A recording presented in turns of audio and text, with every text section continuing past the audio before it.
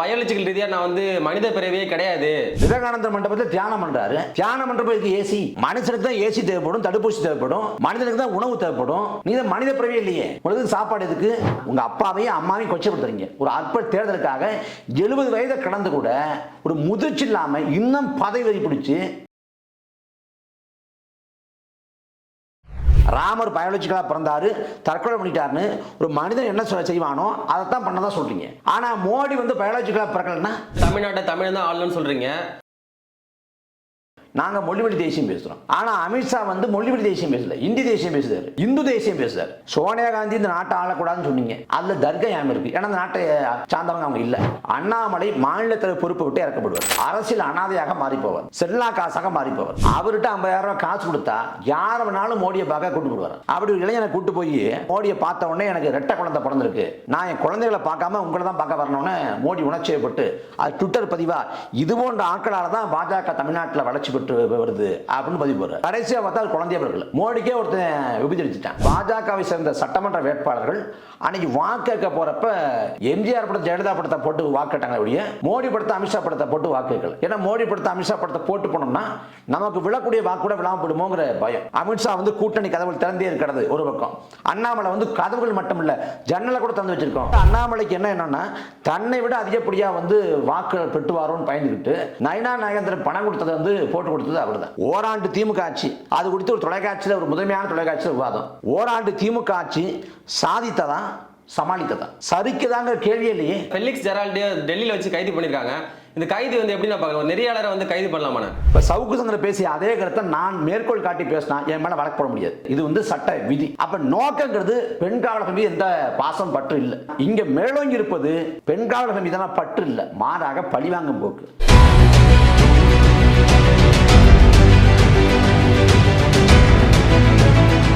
அனைவருக்கும் வணக்கம். இன்று நம்முடன் இணைந்திருப்பது நாம் தமிழர் கட்சியின் இளைஞர் பாசறை மாநில ஒருங்கிணைப்பாளர் அண்ணன் இடுமோனம் கார்த்திக் அவர்கள். அண்ணா வணக்கம். அண்ணா வணக்கம். ஆனால் இப்போ சமீபகாலமாக நம்ம 2024 நாடாளுமன்ற தேர்தலில் நாம் தமிழர் கட்சி தனிச்சு போட்டி இருக்கு. எத்தனை சதவீதம் வாக்குகள் எடுக்குன்னு சொல்லிட்டு நீங்கள் நம்புறீங்கண்ணா இந்த தேர்தலில்? இல்லை, வாக்கு விழுக்காடை தாண்டி 40 இடங்களை வெற்றி பெறணுங்கிறதுக்காக தான் உழைச்சிருக்கோம். சரி, அதற்கான அங்கீகாரம் கிடைக்கும் அப்படின்னு நம்புகிறோம். வரக்கூடிய தேர்தலுங்கிறது நாம் தமிழர் கட்சிக்கான அறுவடை களமாக இருக்கும். இந்த தேர்தலுக்கு பிறகாக நாம் தமிழர் கட்சி ஒரு பேராற்றலாக மாறும், தவிர்க்க முடியாத இடத்துக்கு போகும்னு நினைக்கிறோம். இதனால் வரைக்கும் நாம் தமிழர் கட்சி வந்து ஊடகங்கள் வந்து இதில் காட்டலை, பெரிய அங்கீகாரத்தை கொடுக்கல. ஆனால் இந்த தேர்தல் முடிவுகளுக்கு பிறகாக அப்படி பண்ண முடியாது, அவ்வளோ பெரிய ஆற்றலாக மாறும்னு நினைக்கிறோம். அங்கீகரிக்கப்பட்ட கட்சியாக மிக எளிதாக வந்துடும். அதனால் நாங்கள் இதில் பெரிய பேராற்றலாக வருவோம் அப்படின்னு நினைக்கிறோம். சின்னம் வந்து மாறி இருக்குது. விவசாய சின்னங்கிறது மக்கள் மத்தியில் ரொம்ப சேர்ந்து சின்னம். ஆனால் இப்போ மைக் சின்னங்கிறது அந்த அளவுக்கு புதிதாக கொண்டு போய் சேர்க்க கொஞ்சம் கடுமையாக இருந்திருக்கும் உங்களுக்கு. இதனால உங்களுக்கு வாக்கு குறைஞ்சிருக்கும்னு நினைக்கிறீங்களாண்ணா? இல்லை, வாக்கு விழுக்காட்டில் வந்து சின்னம் பெரிய அளவில் தாக்கத்தை ஏற்படுத்தலை.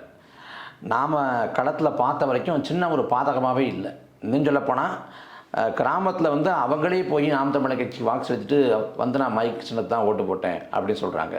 ஏன்னா அவங்க நோக்கம் வந்து நாம் தமிழர் கட்சி வாக்கு செலுத்தணும். அப்போ நாம் தமிழர் கட்சி வாக்கு செலுத்துங்கிறப்ப வாக்குச்சாவடிக்கு போகிறப்ப நாம் தமிழர் கட்சி சின்னம்னு போடப்பட்ட சின்னத்தை பார்க்குறாங்க. இல்லைனா அங்கே வாக்கு பெட்டிக்கு போகிறப்ப அந்த வாக்கு எந்திரத்தில் வந்து இருக்கக்கூடிய சின்னத்தை பார்த்து வாக்கு செலுத்துகிறாங்க.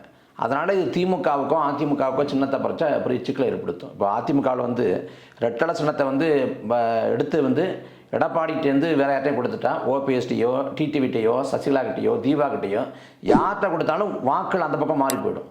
அப்போ சின்னம் தான் அங்கே மிக முக்கிய காரணியாக இருக்குது.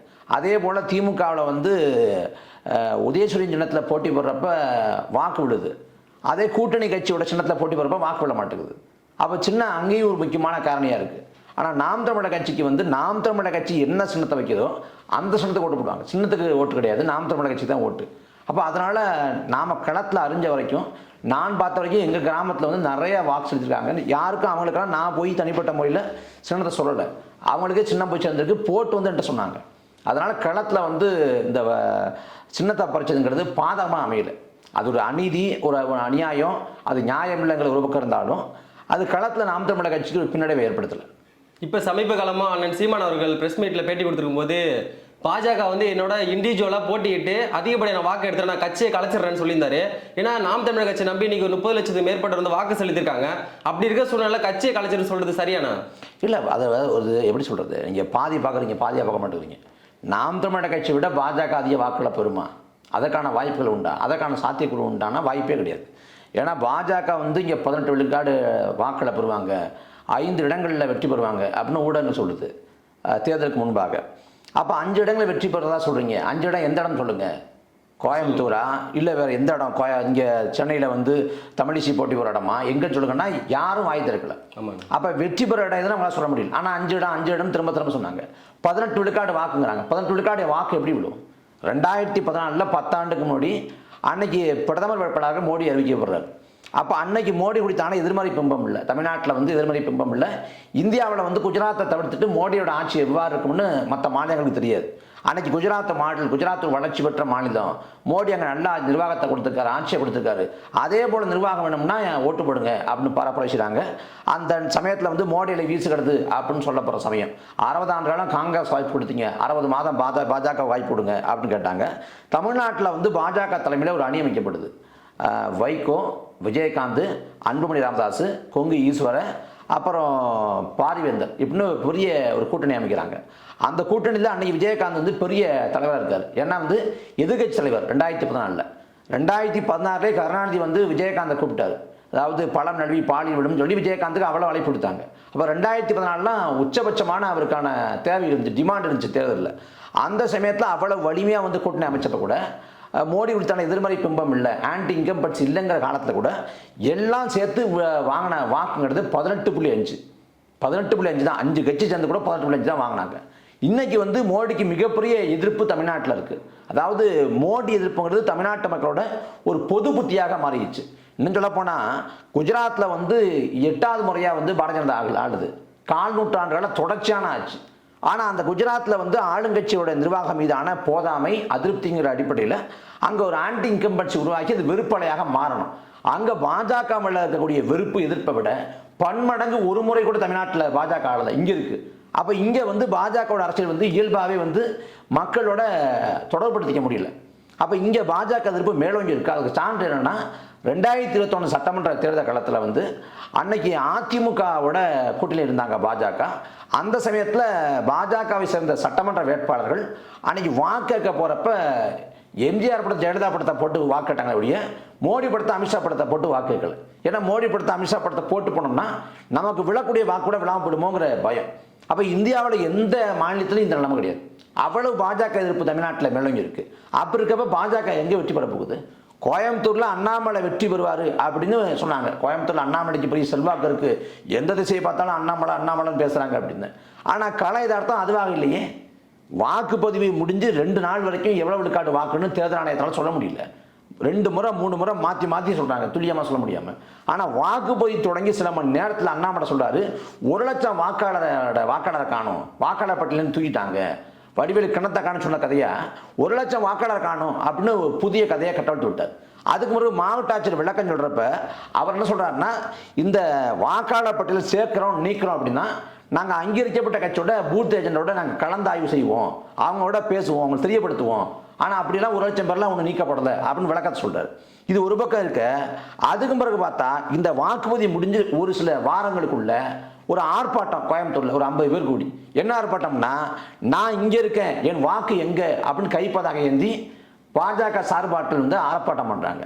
அப்படி கைப்பதாக ஏந்திருக்கிறப்ப கையை பார்த்தா விரலில் மை இருக்கு, வாக்கு செலுத்திய மை.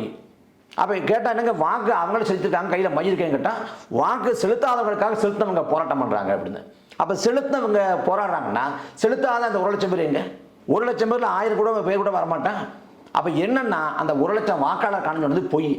அப்போ கோயம்புத்தூரில் வந்து அண்ணாமலை மண்ணை கவ போட்டு தெரிஞ்சு போன பிறகு அண்ணாமலையே ஒரு ஆளை விட்டு அவர் நீதிமன்றத்தில் மனு போடுறாரு, கோயம்புத்தூர் தேர்தல் முடிவை மட்டும் நிறுத்தி வைக்கணும்னு. இதில் வந்து அண்ணாமலைக்கு என்னன்னா தன்னை விட அதிகப்படியாக வந்து வாக்குகள் பெற்றுவாரோன்னு பயந்துக்கிட்டு நயனா நாகேந்திரன் பணம் கொடுத்ததை வந்து போட்டு கொடுத்தது அவர் தான். இது ஒரு பக்கம். இந்த பக்கம் அங்கே அண்ணாமலை சொன்னது போலவே இங்கே வந்து வினோத் செல்வம், தமிழிசை சவுந்தரராஜன் அவங்களும் புதுசாக காரணங்களை சொல்கிறாங்க. தேர்தல் வாக்குப்பதிவு முடிஞ்ச உடனே, ஏன்னா நாளைக்கு தோற்று போன பிறகு இந்த காரணத்தை சொல்லலாம்னு காரணத்தை முன்கூட்டி தயாரித்து வைக்கிறாங்க. அப்போ இந்த நிலைமையில் தான் தமிழ்நாட்டில் வந்து பாஜக இருக்கு. மற்றபடி பாஜக என்ன இருக்கு? சரிங்க, நீங்க எப்படி சொல்றீங்க. ஆனா வந்து சீமான் அவரோட கேள்வி அண்ணாமலையை கேட்டும்போது அவர் என்ன சொல்லியிருக்காருன்னா, எங்களை விட வந்து நாம் தமிழக கட்சி வந்து -50% வாக்குகளை பெற சொல்லுங்க, அதுக்கப்புறம் பார்க்கலாம் அப்படின்னு சொல்லியிருக்காங்க. இது குறித்து என்ன சொல்றீங்க? அதாவது அவர் ஏற்றுக்கிட்டார் அந்த சவாலை. அவர் வந்து கட்சியை கிடைக்க முடியாது. ஏன்னா பாஜக அவரோட கட்சி கிடையாது. அவர் மாநில தலைவர் பொறுப்பில் இருக்கார். குறைந்தபட்சம் நான் வெற்றி பெறுவேன், இல்லை போட்டியிடக்கூடிய இந்த 19 பேரும் வெற்றி பெறுவாங்க. அப்படி இல்லைன்னா நான் வந்து மாநில தலைவர் பொறுப்பை விட்டு இறங்குறேன், விலகுறேன் அப்படிங்கிறதுக்காக சொல்லுவார். அப்படிலாம் எதுவும் சொல்லலையே. ஏன்னா அண்ணாமலை வந்து இந்த தேர்தலுக்கு முன்பாக ரொம்ப பேசினார். ஆனால் அந்த வாக்குப்பதிவு முடிஞ்ச பிறகு அண்ணாமலையோட பேச்சே காணும். ஏன்னா கள யதார்த்தம் தெளிவாக தெரியுது. தோற்று போவோம், மண்ணை கவ்வோம் அப்படின்னு. இவங்க வந்து மோடியை ஏமாத்துறாங்க. மோடிக்கிட்ட வந்து தமிழ்நாட்டில் 20 இடம் வெற்றி பெற்றுவோம், 30 இடம் வெற்றி பெறுவோம்னு சொல்கிறது. சொன்ன உடனே அப்புறம் எதுக்கு நீ போட்டி போடுது அப்படின்னு அவர் நெருக்கடி கொடுத்து அண்ணாமலையை போட்டி போட வைக்கிறாங்க. முதல்ல கோயம்புத்தூரில் போட்டி போடுவீங்களா கேட்குறப்ப எனக்கு நிறைய வேலை கிடக்கு, நான் பிஸியாக இருக்கேன், என்னால் போட்டி போட முடியாதுன்னாரு. ஆனால் இவர் டெல்லியில் போய் 15 இடம் வெற்றி பெறுவேன், 20 இடம் வெற்றி பெறுவேன்னு சொன்ன பிறகு இவரை போட்டி போட வச்சு ஆளுநர் பதவி ராஜினாமா பண்ண வச்சு அந்த பக்கம் தமிழிசை சவுந்தரராஜனை போட்டி போட வச்சுருக்காங்க. ஆனால் கள யதார்த்தம் வந்து தோல்வியடைய போகிறப்ப அங்கே டெல்லி பாஜக தலைமையை விட்டு அண்ணாமலையை வாங்குவாங்கன்னு வாங்கும். இந்த என்ன கூத்து அப்படின்னா, கருண் நாகராஜன் இருக்கார்ல, அவர் தான் அங்கே அந்த தலைமை செயலாளர் நம்ம பொறுப்பில் இருக்கார். அவர்கிட்ட 50,000 ரூபா காசு கொடுத்தா யாரை வேணாலும் மோடியை பார்க்க கூட்டு போடுவார். அப்படி ஒரு இளைஞனை கூட்டு போய் அந்த இளைஞன் வந்து மோடியை பார்த்த உடனே எனக்கு ரெட்டை குழந்தை பிறந்திருக்கு, நான் என் குழந்தைகளை பார்க்காம உங்களை தான் பார்க்க வரணும்னு மோடி உணர்ச்சியப்பட்டு அது ட்விட்டர் பதிவா இது போன்ற ஆட்களால் தான் பாஜக தமிழ்நாட்டில் வளர்ச்சி பெற்று வருது அப்படின்னு பதிவு போடுறார். கடைசியாக பார்த்தா அது குழந்தைய பிறகு மோடிக்கே ஒருத்தன் விபதிச்சிட்டான். இதுதான் நிலைமை தமிழ்நாட்டில் பாஜக நிலைமை.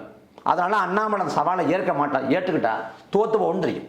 இன்னும் சொல்ல போனால் பாஜக வந்து விரும்பியாக தனிச்சு போட்டிட்டாங்க. இன்னைக்கு வந்து அணைய போகிற விளக்கு அதிமுக அப்படிங்கிறாங்க. விரும்பியா வந்து கூட்டணி வச்சாங்க. இந்த 3வது அணி அமைச்சாங்க.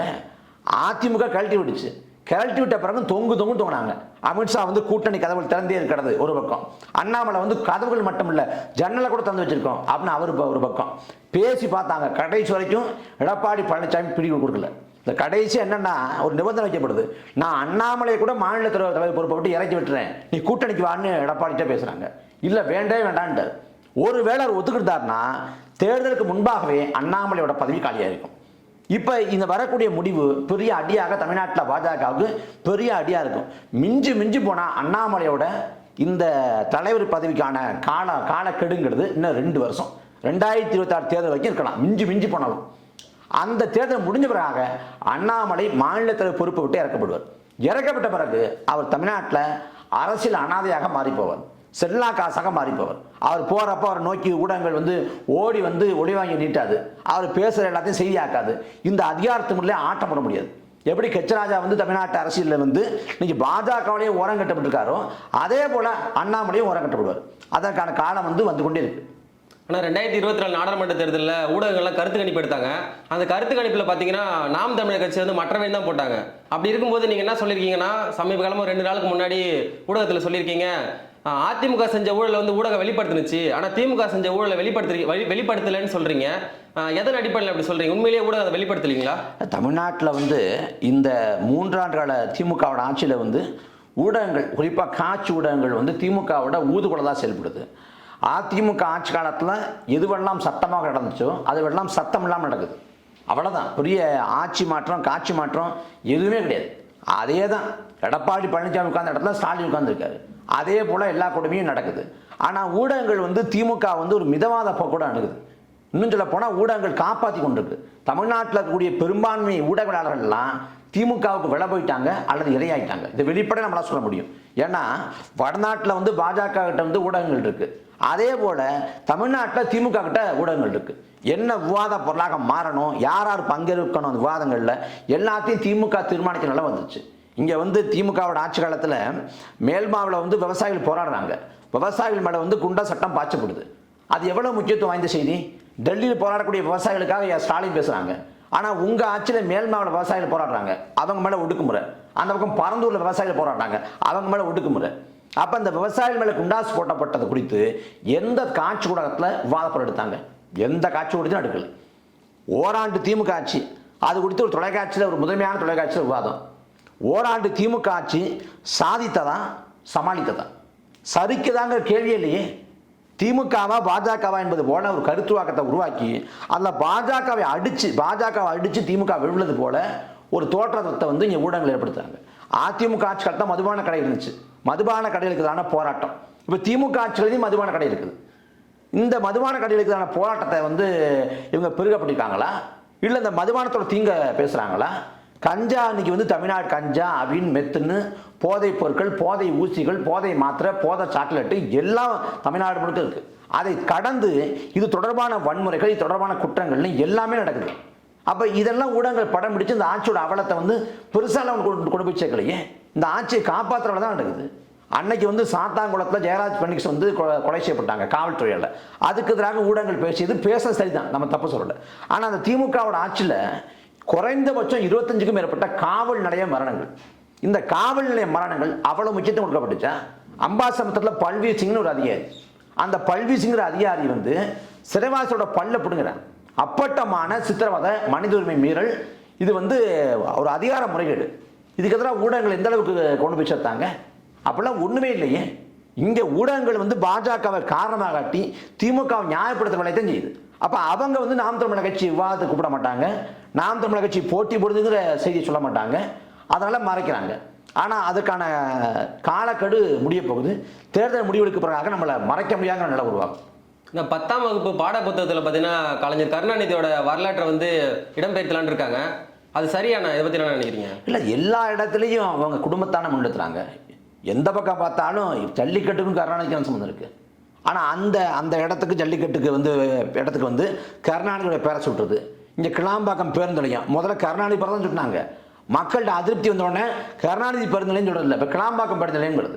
அப்படி தமிழ்நாடு முழுக்க கருணாநிதியை வந்து இது பண்ணுறாங்க, எல்லா இடத்துக்கும் அவர் பேரை சுட்டுறாங்க. அங்கே ஒரு நூலகம் கட்டினா கருணாநிதி நூலகம்ங்கிறது. ஆனால் இங்கே வந்து இந்த நிலத்தில் வந்து பாடுபட்ட எண்ணற்ற முன்னோர்கள், எண்ணற்ற சான்றோர் பெருமக்கள், அறிஞர்கள், எழுத்தாளர்கள், மொழிப்போர் தியாகிகள்லாம் அடையாளம் இல்லாமல், அங்கீகாரம் இல்லாமல் மறைக்கப்பட்டிருக்காங்க. தாளமுத்து நடராசங்கிற தியாகத்தில் தான், இந்த மொழிப்போர் புரட்சியில் தான் இங்கே திமுகங்கிற கட்சியே வளருது. ஆனால் அந்த தாளமுத்துக்கும் நடராசன் என்ன இருக்குது? தாளமுத்து நடராசன் மாளிகைன்னு மாளிகை இருக்குது. அப்புறம் தாளமுத்து நடராசன் சமாதி என்ன இடமையில் இருக்கு? ஒன்றுமே இல்லை.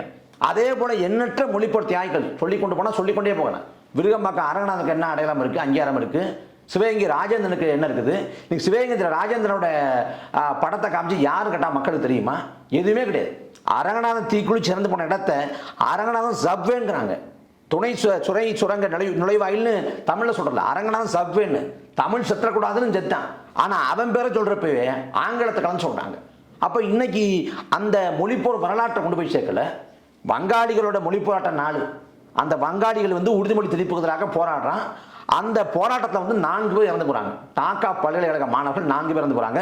பிப்ரவரி 21 அந்த உறுதிமொழி தெளிப்புவதற்காக வங்காளிகள் 4 பேர் இறந்து போன நாள் பிப்ரவரி 21. அதை பன்னாட்டு மன்றத்தில் பேசி அழுத்தம் கொடுத்து அந்த நாளை அவன் உலக தாய்மொழி நாளாக மாற்ற வச்சுட்டான். அந்த மொழிப்போர் போராட்டத்தின் நீட்சியாக வங்காளிகளுக்கான ஒரு நாடே பிறந்துருச்சு. அவ்வளோ பெரிய அடையாளத்தை, அங்கீகாரத்தை அவன் அடைஞ்சிட்டான். ஆனால் தமிழ்நாட்டில், இந்தியாவில் மட்டும் இல்லை, உலகத்தில் எங்கேயுமே நடக்காத அளவுக்கு மொழிப்போருக்காக மிகப்பெரிய ஒரு தியாகம் நடந்திருக்கு. ஆனால் இந்த வரலாற்றை நீங்கள் கேரளாவுக்கோ, ஆந்திராவுக்கோ, கர்நாடகாவுக்கோ கொண்டு போய் சேர்க்கொண்டான். உலக தாய்மொழி அளவு கொண்டு போய் சேர்க்கொண்டான். குறைந்தபட்சம் இன்னைக்கு படிக்கக்கூடிய 90களுக்கு பிறகாக பிறந்த, 2000க்கு பிறகாக பிறந்த இந்த பிள்ளைகளுக்கு கொண்டு போய் சேர்க்கப்பட்டிருக்கான்? கொண்டு போய் சேர்க்கலையே. மொழிப்போர் வரலாறை மூடி வச்சுட்டீங்க, விடுதலை போராட்ட வரலாறோட வீரர்களோட வரலாற்றை மூடி வச்சுட்டீங்க, எல்லாத்தையும் மறைச்சு விட்டு எல்லா இடத்துலையும் கருணாநிதினா இதெல்லாம் கால கொடுமை, ஒரு சாபக்கேடுன்னு சொல்லணும். தமிழ்நாட்டை தமிழ் தான் ஆளணும்னு சொல்றீங்க. ஒரிசாவில் வந்து வி.கே. பாண்டியங்கிறது ஆள வர வாய்ப்பு கிடைக்கும் போது, அப்ப மத்திய உள்துறை அமைச்சர் அமித்ஷா என்ன சொல்றாருன்னா, ஒரிசா மண்ணை ஒரிசா தான் ஆளணும், தமிழ் ஆளக்கூடாதுன்னு சொல்றாரு. இதை பத்தி என்ன நினைக்கிறீங்க? நாங்கள் என்ன சொல்றோம்னா, மொழிவழி தேசியம் பேசுகிறோம். அந்தந்த தாயிடத்தை அந்தந்த மண்ணை சேர்ந்தவங்க ஆளணும். இப்போ தமிழ்நாடு தான் தமிழர் ஆளணும், கேரளான்னா மலையாளி ஆளணும், கர்நாடகான்னா கன்னடர் ஆளணும், தெலுங்கானான்னா ஒரு தெலுங்கர் ஆளணும், மகாராஷ்டிரானா மராத்தி ஆளணும், பஞ்சாப்னா சீக்கிரம் ஆளணும்னு அந்தந்த நிலத்தை சேர்ந்தவங்க அந்தந்த நிலத்தை ஆளணும் அப்படின்னு சொல்கிறோம். நாங்கள் மொழிவழி தேசியம் பேசுகிறோம். ஆனால் அமித்ஷா வந்து மொழிவழி தேசியம் பேசல, இந்தி தேசியம் பேசுகிறார், இந்து தேசியம் பேசுகிறார். அப்போ நீங்கள் சோனியா காந்தி இந்த நாட்டை ஆளக்கூடாதுன்னு சொன்னீங்க, அதில் தர்க்கம் ஏன் இருக்குது? ஏன்னா இந்த நாட்டை சார்ந்தவங்க அவங்க இல்லை, அவங்க இத்தாலிக்காரங்க, இந்த நாட்டை ஆளக்கூடாதுன்னு நீங்கள். ஆனால் வந்து இந்த பாண்டிய வந்து இந்திய நாட்டை சேர்ந்தவர் தானே. எல்லாரும் இந்துக்களே ஒன்று கொடுங்கிறீங்க. தமிழர் தான் இந்துக்கள் தான் தமிழர்கிறீங்க. பாண்டிய வந்து உங்கள் வரையறைப்படி இந்து தானே. அவர் இந்து, இந்திய எல்லா வரையறைகளையும் வர்றாரே, அவரை ஆளக்கூடாது ஏன் சொல்கிறீங்க? அப்போ நாங்கள் விட ஆள தமிழ்நாட்டை தமிழே ஆளுங்கிறப்ப அதை ஃபாசிசம், நாசிசம், இனவெறி அப்படின்னாங்க. ஆனால் அதே முழக்கத்தை வந்து அமித்ஷா சொல்கிறாரே. அப்போ அமித்ஷா பேசுறது என்ன? அப்போ நாங்கள் பேச சரின்னு வருது இல்லை. அப்போ அதைத்தான் நாங்கள் சொல்கிறோம். நாங்கள் வந்து அங்கே வந்து அவர் பாண்டியன் ஆள்வது நம்ம ஆளன்னு கூட சொல்ல வரல. நாங்கள் எங்கள் தாய்நிலத்தில் நாங்கள் ஆளணுங்கிறோம். ஆனால் அமித்ஷா பேசுவது அவர் பேச்சுக்க முரணாக இருக்கு. அவர் இந்தியன், அவர் இந்து, எல்லாத்தையும் வர்றாரு. அவர் ஆளக்கூடாதுன்னு பேச வேண்டிய அவசியம் என்ன? இங்கே வந்து தமிழ்நாட்டில் வந்து ஒரு தமிழர் வந்து இந்தியாவோட பிரதமராக வரணும். மூப்பனார் வர்றப்ப கருணாநிதி கெடுத்துட்டாரு. ஒரு தமிழை இந்தியா வாழணும்னு சொல்லிவிட்டு ஒரு சாங்கிற மாநிலத்தையும் ஆளக்கூடாதுங்க. நீங்கள் எப்படி இந்தியா ஆள விடுவீங்க? அங்கே போயிட்டு இங்கே வந்து தமிழரின் பெருமையை பேசுறது, தமிழ் தொன்மையான மொழி, தமிழர் பெருமைக்குரியல்னு பேசுறது. அங்கே போயிட்டு தமிழ்நாட்டுக்காரன் வந்து சாவியை தூக்கிட்டு போயிட்டான், அந்த கருவூல சாவி தமிழ்நாட்டில் இருக்குன்னு பேசுறது. இது என்ன எகத்தாளம், என்ன திமிர்த்தனம்? இது 2024 பார்லிமெண்ட் தேர்தலில் முதற்கட்ட வாக்குப்பதிவு முடிஞ்ச தேதியில் பேசுறீங்க. தமிழ்நாட்டில் வாக்குப்பதிவு முடியலைன்னா இந்த பேச்சை பேசியிருப்பாரு, பேச துணி வந்திருக்குமா? அதனால வந்து அவங்க என்ன வேணாலும் பேசட்டும், அதற்கான எதிர்வினைகள் தமிழ்நாட்டில் கட்டாயம் உண்டு. என்ன பண்ணாலும் தமிழ்நாட்டில் பாஜக வாக்கு வெல்லப்படுறதில்லை, தமிழ்நாட்டில் பாஜக வெல்லப்படுறதில்லை. அதுதான் அவங்களுக்கான பாடம். நம்ம நாட்டோட பிரதமர் வந்து பார்த்தீங்கன்னா, நான் வந்து பயாலஜிக்கல் ரீதியாக நான் வந்து மனித பிறவியே கிடையாது, நான் வந்து கடவுளோட குழந்தை, நான் வந்து ஒரு பரமாத்மா அப்படின்னு சொல்லியிருக்காரு. ஒரு பிரதமர் இப்படி பேசுறது சரியானா? பயாலஜிக்கலாக பிறக்கலைங்கிறாரு. அப்போ அவர் தாயை யார் கொச்சப்படுத்துறான்னு புரிஞ்சுக்க வேண்டியது. நீங்கள் ராமரை வந்து கடவுளுங்கிறீங்க. ராமர் வந்து கோசலையோட வயத்தில் பிறந்தார், அதுவும் அயோத்தியில் இந்த இடத்துல பிறந்தார். இந்த பாபர் மசூதி இருந்த இடத்துல தான் ராமர் பிறந்தாங்கிறீங்க. நீங்கள் கடவுள்னு சொல்கிற, அவதாரம் சொல்கிற அந்த ராமரே அங்கே அயோத்தியில் வந்து பிறந்தான்னு பயாலஜிக்கலாக தான் சொல்கிறீங்க. அவர் வந்து சரையு நதியில் விழுந்து தற்கொலை பண்ணிட்டாருங்கிறீங்க. ஜீவ சமாதி அடையில ராமர் பயாலஜிக்கலாக பிறந்தார், தற்கொலை பண்ணிட்டாருன்னு ஒரு மனிதன் என்ன செய்வானோ அதைத்தான் பண்ணதான் சொல்கிறீங்க. ஆனால் மோடி வந்து பயாலஜிக்கலாக பிறக்கலைன்னா, பயாலஜிக்கலாக பிறக்காத ஒருத்தருக்கு ஒரு இறைவனோட தூதர் அப்படின்னு வச்சுக்கோமே, தெய்வ பிறவின்னு வச்சுக்கோம். தெய்வ பிறவி எதுக்கு கொரோனா ஊசி போடணும்? விவேகானந்தர் மண்டபத்தில் தியானம் பண்ணுறாரு, தியானம் பண்ணுறப்ப இதுக்கு ஏசி. மனுஷனுக்கு தான் ஏசி தேவைப்படும், தடுப்பூசி தேவைப்படும், மனிதனுக்கு தான் உணவு தேவைப்படும். நீ தான் மனித பிறவியே இல்லையே, உனக்கு சாப்பாடு எதுக்கு? எதுக்கு இதெல்லாம்? அப்போ இதெல்லாம் எவ்வளோ பைத்தியக்காரத்தனம். தொடக்கத்தில் என்ன பேசியிருந்தாரு? காங்கிரஸ் கட்சியோட தேர்தலிக்க முஸ்லீம் லீக்கோட தேர்தலிக்க போல இருக்குன்னாரு. அப்புறம் முஸ்லீம்கள் வந்து இங்கே தேச விரோதமாக ஊடுனவங்க, அவங்க வந்து அதிகப்படியாக குழந்தை பெற்றுக்கிறவங்க, காங்கிரஸ் ஜெயிச்சா 2 எருவு மாட்டு இருந்தால் ஒரு எருவு மாட்டை தூக்கி கொடுத்துருவாங்க அப்படின்னு சொல்லி அந்த இஸ்லாமிய வெறுப்பை பேசினார். ஒரு கட்டத்தில் என்ன ஆயிடுச்சு அப்படின்னா, ராமரை பேச ஆரம்பிச்சார். அதாவது பாஜக இல்லாமல் காங்கிரஸ் வந்தால் ராமர் கோயில் இடிச்சிருவாங்க, 300 இடங்கள் வந்து பாஜக பெறலைன்னா ராமர் கோயிலை பூட்டி போட்டுருவாங்க, அப்புறம் வந்து ஜெய் ஸ்ரீராம் சொன்னால் கூட கைது பண்ணிடுவாங்க அப்படின்னு ராமரை பேசி பார்த்தார். நீங்கள் முதல் கட்டத்துலேருந்து 5-6 கட்டம் வரைக்கும் பாருங்கள். ஒவ்வொரு கட்டத்துக்கும் ஒரு பேச்சு பரிணாம வளர்ச்சி கொடுத்து ஒரு கட்டத்தில் இடி ராமரை நம்பி பயனில்லைன்னு அவரே கடவுள் வேஷம் போட்டார். நானே கடவுள் தாங்க, நானே ஒரு பரமாத்மா தான், நானே வந்து நான் பயாலஜிக்கலாக பிறக்கவே இல்லை அப்படின்னா, பயாலஜிக்கலாக பிறக்காத ஒருத்தருக்கு தேர்தலில் போட்டி போடணும்? இந்திய அரசியல் சாதனைப்படி மனிதன் தான் போட்டி போட முடியும், வேற உயிரினம் போட்டி போட முடியாது. நீங்கள் தான் பயாலஜிக்கலாக பிறக்கவே இல்லையே, மனுஷன் பிறவே இல்லையே. நீங்கள் மனுஷன்ல நீங்களே சொல்கிறீங்க, அப்புறம் தேர்தல் முடிக்க வரீங்க? இதெல்லாம் கேலி கூத்து. உலக அரங்கில் ஒரு நாட்டின் தலைவர் எவ்வாறு பேசுகிறாங்க அப்படின்னு மோடியோட பேச்சை பார்த்தாங்கன்னா காரி விழுவாங்க. டொனால்ட் ட்ரம்ப் இருக்காரு, டொனால்ட் ட்ரம்ப் வந்து ஒரு மூர்க்கத்தனமான ஆள், அந்த ஆளே இந்த மாதிரி பேசலை. ஆனால் நான் பயாலஜிக்காக பிறக்கலைன்னா உங்கள் அப்பாவையும் அம்மாவையும் கொச்சப்படுத்துறீங்க. ஒரு அற்ப தேர்தலுக்காக 70 வயதை கடந்து கூட ஒரு முதிர்ச்சி இல்லாமல் இன்னும் பதவி வெறி பிடிச்சி இந்த வேலை செய்றீங்க. அதை நாட்டு மக்கள் உணர்ந்துக்கணும், உணர்ந்துக்கிட்டு அதற்கான முடிவை கொடுக்கணும். சவுக்கு சங்கர் வந்து கைது பண்ணாரு, அதுக்கு கேள்வி கேட்டுதான் ரெட்பிக்ஸோட ஃபெலிக்ஸ் ஜெரால்டே டெல்லியில் வச்சு கைது பண்ணியிருக்காங்க. இந்த கைது வந்து எப்படி நான் பார்க்கலாம், நெறியாளரை வந்து கைது பண்ணலாமாண்ணே? அதாவது இதில் வந்து சவுக்கு பேசிய பேச்சு வந்து தவறானது, அது ஏற்புடையதல்ல, கண்டிக்கத்தக்கது, நமக்கு மாற்று கருத்தே இல்லை. அப்படி பெண் காவலர்கள் குறித்து அவர் பேச்சிருக்கக்கூடாது. அதற்கான சட்டப்பூர்வ நடவடிக்கைகள் அடிப்படையில் வழக்கு, கைது, சிறை அப்படிங்கிற கொண்டு போடத்தில் நமக்கு எந்த சிக்கலும் இல்லை. ஆனால் அதில் பழிவாங்கும் போக்கு இருக்குங்கிறப்ப, மனித உரிமை மீறலுக்கு இருக்குங்கிறப்ப கண்டிக்கலாம். இதில் அவரோடு சேர்த்து ஃபெலிக்ஸ் ஜெரால்டை கைது பண்ணணும்னா அவசியமே கிடையாது. ஏன்னா ஃபெலிக்ஸ் ஜெரால்டை அந்த கருத்தை பேசினது வந்து சவுக்கு. ஃபெலிக்ஸ் ஜெரால்டை வந்து அந்த பேட்டியை எடுத்தார். பேட்டியில் வந்து சவுக்கு சங்கம் சொல்கிறப்ப அந்த கருத்தை ஆமான்னு சொல்லி ஆமோதிச்சார். அப்புறம் கூடுதலாக அந்த பேட்டியை ஒளிபரப்பு பண்ணார். இப்போ சட்டப்படி என்னென்னா, இப்போ சவுக்கு சங்கர் பேசிய அதே கருத்தை நான் மேற்கோள் காட்டி பேசினா என் மேலே வழக்கு போட முடியாது. ஏன்னா நான் பேசினா வழக்கே முடிய, இன்னொருத்தர் பேச்சை மேற்கோள் காட்டி பேசினா வழக்கு போட முடியாது. இது வந்து சட்ட விதி. அப்போ இருக்கப்ப அவர் மேற்கோள் கூட காட்டலை, அவர் ஆமோதிச்சார், அவ்வளோதான், ஏற்றுக்கொண்டார், அவ்வளோதான். ஏற்றுக்கொண்டது எப்படி கைது பண்ணுவீங்க? ஒரு மேடையில் வந்து ஒருத்தர் ஆபாசமாக பேசார் அப்படின்னா, சிவாஜி கிருஷ்ணமூர்த்தி இருக்கார். சிவாஜி கிருஷ்ணமூர்த்தி பேசுகிறப்ப கைத்தட்டி ஆர்ப்பரிக்கிற எல்லாருமே வழக்கு போட முடியாது.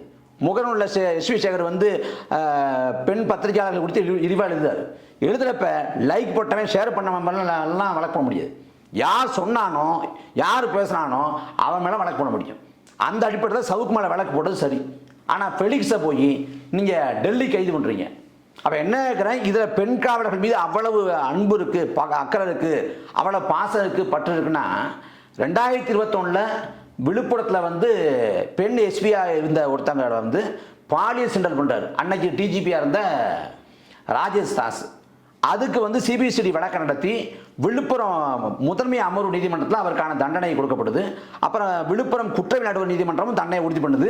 அப்புறம் சென்னை உயர்நீதிமன்றம் தண்டனை உறுதி பண்ணுது. 3 நீதிமன்றம் 3 ஆண்டு சிறை தண்டனை 10,000 ரூபாய் அபராதம் சொல்லிடுது. அதாவது தண்டனை குற்றவாளின்னு நீதிமன்றத்தில் அறிவிக்கப்படுறாரு. யாரு? ராஜேஷ் தாஸுங்கிற ஒரு முன்னாள் காவல்துறை அதிகாரி. அப்படி அறிவிக்கப்பட்டு கடந்த மே 17ஆம் தேதி தான் அந்த தீர்ப்புக்கு இடைக்கால தடை வாங்குறாரு. இதுக்கு இடையில பார்த்தீங்கன்னா 11 மாதம் இருக்கு. 11 மாசமா அவர் இடைக்கால தடையும் வாங்க முடியல, அவரால் பிணையும் வாங்க முடியல, ஜாமீனும் வாங்க முடியல. அப்படி பிணையும் வாங்காது, இடைக்கால தடையும் வாங்காது, நீதிமன்றத்தால் தண்டனை குற்றவாளி அறிவிக்கப்பட்ட அந்த ராஜேஷ் தாஸை 11 மாதங்கள் தமிழ்நாடு அரசு காவல்துறை கைது பண்ணாம விட்டுச்சு. அங்க ஃபெலிக்ஸ் ஜெரால்டு பேசாத கடத்துக்கு டெல்லிக்கு ஓடோடி போய் அவரை கைது பண்ணி தமிழ்நாட்டுக்கு கூட்டு வரீங்க. இங்க ராஜேஷ் தாஸை 11 மாசம் கைது பண்ணல. அங்க பாதிக்கப்பட்டது ஒரு பெண் எஸ்பி, அவங்க புகார் கொடுத்துருக்காங்க, ஏன் கைது பண்ணல? அப்ப நோக்கங்கிறது பெண் காவலர்கள் மீது எந்த பாசம் பற்று இல்லை. இன்னும் சொல்ல போனா இதே திமுகவோட ஆட்சியில் விருகம்பாக்கத்தில் வந்து ஒரு பொதுக்கூட்டத்தில் பெண் காவலர்கிட்ட திமுகவை சேர்ந்த 2 நிர்வாகிகள் வந்து தப்பா நடந்துக்கிறாங்க. பொதுவெளியில் அவங்க அழுதுறாங்க, பொது இடத்தை அழுதுறாங்க, புகார் தெரிவிக்கிறாங்க. அதை பேசி சமாதானம் பண்ணி வழக்கே இல்லாமல் வந்து முடிச்சு விடுறாங்க. அப்புறம் அரசியல் அழுத்தம் கொடுக்கப்பட்ட பிறகு வேற வழி இல்லாமல் கைது பண்ணி உள்ள போடுறாங்க. கைது பண்ணி வெளில வந்துட்டாங்க. குண்ட சட்டம்லாம் பாய்ச்சப்படல, கடுமையான நடவடிக்கையும் இல்லை. அவங்களை கொண்டு போறப்ப பெண் காவலர்களும் கொண்டு போல, சவுக்கு சங்கரை கொண்டு போனது போல. அப்ப என்னன்னா இங்க மேலோங்கி இருப்பது பெண் காவலர்கள் மீதான பற்று இல்லை, மாறாக பழிவாங்கும் போக்கு. அந்த அடிப்படையில் மனித உரிமை மீறப்படுது, இங்க வந்து ஒரு பழிவாங்கும் போக்கு இருக்குங்கிறப்ப அதை கண்டிக்க வேண்டிய அவசியம் இருக்கு, கண்டிக்கிறோம். ரஃபா மீது வந்து இஸ்ரேல் வந்து தாக்குதல் நடத்திருக்காங்கண்ணா. இந்த தாக்குதல் பத்தி நீங்க எப்படின்னா பாக்குறீங்க? அதாவது சாதி மதம் எதன் பொருட்டும் வன்முறையை நம்மளால சகிச்சுக்க முடியாது. நாம் வந்து ஒரு இனப்படுகொலைக்கு ஆட்பட்ட ஒரு இனம். கண்முன்னே ஈழத்தில் 2 லட்சம் தமிழர்களில் துள்ள துடிக்க 2009 பலி கொடுத்தோம். ஒரு இனப்படுகொலையோட வலியும் அதோட வேதனையும் நமக்கு தெரியும். அதனால் நாம் வந்து இதை வன்மையாக எதிர்க்கிறோம். எதன் பொருட்டும் எவரும் கொலை செய்யப்படுவதை, இனப்படுகொலைக்கு ஆட்படுத்தப்படுவதை ஏற்க முடியாது, கண்டிக்கிறோம். அந்த படுகொலைக்கு ஆட்படுத்தப்படக்கூடிய பாதிக்கப்பட்ட மக்களின் நியாயத்துக்காக, அவங்களோட நீதிக்காக நம்ம குரல் கொடுப்போம். விஜய்க்கும் நாம் தமிழர் கட்சிக்கும் வந்து கூட்டணி இருக்குமா, தாவேகாவுக்கும் நாம் தமிழர் கட்சி பேசிட்டு இருக்கும்போது சீமான் அவர்கள் ஐ எம் வெயிட்டிங் அப்படின்னு சொல்லியிருக்காரு. இது எப்படி நான் பார்க்குறது? தமிழக வெற்றி கழகம் வந்து இன்னும் அதிகாரப்பூர்வமாக தொடங்கப்படலை. தமிழக வெற்றி கழகம்னு பேரை வந்து நடிகர் விஜய் அறிவிச்சிருக்காரு. அதோடு அந்த கட்சியை பதிவு செய்வதற்கான வேலை போய்கிட்டு இருக்கு. உறுப்பினர் சேர்க்கை முகாம் நடத்துகிறாங்க. அதே போல் வந்து நலத்திட்ட பணிகளும் அங்கங்கே செய்கிறாங்க. அவங்க கட்சியோட கொள்கையை அறிவிக்கட்டும், கோட்பாடு அறிவிக்கட்டும், கொடியை அறிவிக்கட்டும், கொள்கையின் முழக்கங்களை அறிவிக்கட்டும், தன் பாதை எப்படிப்பட்ட பாதைகளை சொல்லட்டும், இடதுசாரியா வலதுசாரியா, என்ன தத்துவம் பேச போகிறேன், தமிழ் தேசியமா, திராவிடமா, இந்துத்துவமா, இல்லை லஞ்ச ஊழ ஒழிப்புன்னு பேச போகிறேன்னா, இல்லை வந்து யாரை எதிரியாக சொல்ல போகிறேன், காங்கிரஸையா, பாரதிய ஜனதாவையா, திமுகவையா, அதிமுகவையா அப்படின்னு எல்லாத்தையும் சொல்லி வரட்டும். சொல்லி வந்து நாம் ஒரு தத்துவத்தை வச்சு இந்த களத்தில் பாஞ்சாண்டா நிற்கிறோம். தமிழ் தேசியம் தத்துவத்தை சொல்லி தலைவர் பிரபாகரனை ஏற்றுக்கொண்டு நாம் தமிழக கட்சி ஆட்சி அமைக்கிறப்ப இவ்வாறு ஆட்சி இருக்கும், ஒரு அறம் சார்ந்த ஆட்சியை கொடுப்போம், தற்சார்பு பசுமை பொருளாதாரத்தை முன்னெடுப்போம்னு சொல்லிட்டு ஆட்சியின் செயல்பாட்டு வரைவை வச்சுருக்கோம், அறம் சார்ந்த ஆட்சிங்கிற கொள்கை முழக்கத்தை வச்சுருக்கோம். இதெல்லாம் ஏற்றுக்கொண்டு அவர் வர்ற பட்சத்தில் நம்ம அது குறித்து மேற்கொண்டு ஆலோசிக்கலாம். இப்போ இந்த தொடக்க நிலையில் அவர் கட்சி தொடங்கி எல்லாத்தையும் அறிவிக்கணும். அறிவித்த பிறகு நம்ம ஏற்றுக்கொண்டு அவர் வரணும். அதுக்கு பிறகு தான் மற்ற சொல்ல முடியும். தனித்து போட்டிட்டா அவங்களுக்கு எவ்வளோ வாக்கு இருக்கும்? இல்லை, அதாவது இன்னும் 2 ஆண்டு காலம் இருக்குது சரி தேர்தலுக்கு. அரசியலில் வந்து 2 வாரங்கிறதே பெருசுங்கிறாங்க, ரொம்ப பெருசு 2 வாரங்கிறாங்க. அந்த 2 வாரத்துக்குள்ளே எவ்வளோ பெரிய மாற்றம்னா நிகழலாம் அப்படின்னு.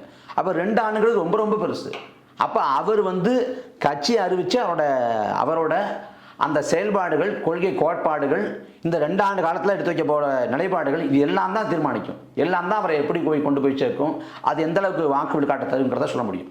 அப்போ இப்போ வந்து அதை கணிக்க முடியாது. அதுக்கு 2 ஆண்டு இருக்குது. நாம் தமிழர் கட்சி ஆரம்பிச்சிலேருந்து 1, 4, 7ன்னு சொல்லிட்டு ஜம்ப் ஆகிட்டே இருக்கீங்க. தமிழகத்துல வந்து ரொம்ப வேரூன்றி நிக்கிற கட்சி தான் திமுகவும் அதிமுகவும். இந்த 2 கட்சியும் வீழ்த்திட்டு ஆட்சியை பிடிப்பின்ற நம்பிக்கை உங்களுக்கு இருக்காங்கண்ணா? திமுக வந்து திடீர்னு வரலையே. அவங்க வந்து அவங்களும் 18 ஆண்டு 19 ஆண்டு வேலை செஞ்சு தான் வந்தாங்க. 1949 தொடங்கப்பட்ட திமுக 1967 தான் ஆட்சியை பிடிக்குது. அப்போ அதில் 18 ஆண்டுகள் ஆகுது. 18 ஆண்டுகள் கழித்து அண்ணா கிட்ட ஆட்சியை பிடிக்கிறப்ப சொல்கிறாங்க, கேட்குறாங்க. அண்ணா சொல்கிறாரு, நாம் இன்னும் பல காலம் பாடுபட்டு பக்குவப்பட்டு பண்பட்ட பிறகு ஆட்சியை பிடிச்சிக்கலாம், நம்ம குறுகிய காலத்தை ஆட்சி பிடிச்சிட்டோங்கிறது. 18 ஆண்டுங்கிறது ஏறக்குறைய ஒரு 4 நூற்றாண்டு நெருங்குது. அந்த 4 நூற்றாண்டு பயணத்தையே வந்து குறுகிய காலகட்டம்னு. நாம் தமிழர் கட்சி 15 ஆண்டுலாம் நிற்கிது. அன்றைக்கி காங்கிரஸை வீழ்த்தி வந்து திமுக ஆட்சி கட்டில் வருது. காரணம் வந்து அன்றைக்கி மொழிப்போர் எழுச்சி. அதே போல் இந்த இனத்திற்கான உரிமைகள் தமிழ்நாட்டு மக்கள்கிட்ட வந்து தமிழர்கள்ட்ட வந்து ஒரு எழுச்சி வருது. மாற்றத்துக்கான தேவையை வந்து உணர்றாங்க. அதே போல் அன்னைக்கு காங்கிரஸை திமுக வீழ்த்தி அதிகாரத்தை நோக்கி நகர்ந்தது போல் நாங்கள் நாம் தமிழர் கட்சி திமுக வீழ்த்தி அதிமுக வீழ்த்தி அதிகாரத்தை நோக்கி நறுவோம்னு நினைக்கிறோம். அதற்கான ஒரு முன்னோட்டமாக வரக்கூடிய தேர்தல் முடிவுகள் இருக்கும். உங்களுடைய கருத்துக்களை பதிவு பண்ணதுக்கு மிக்க நன்றிண்ணா. நன்றி, வணக்கம். நன்றி. சாட்டை எடுத்து நாட்டை திருத்து, இளம் தலைமுறை தானே நீ வழி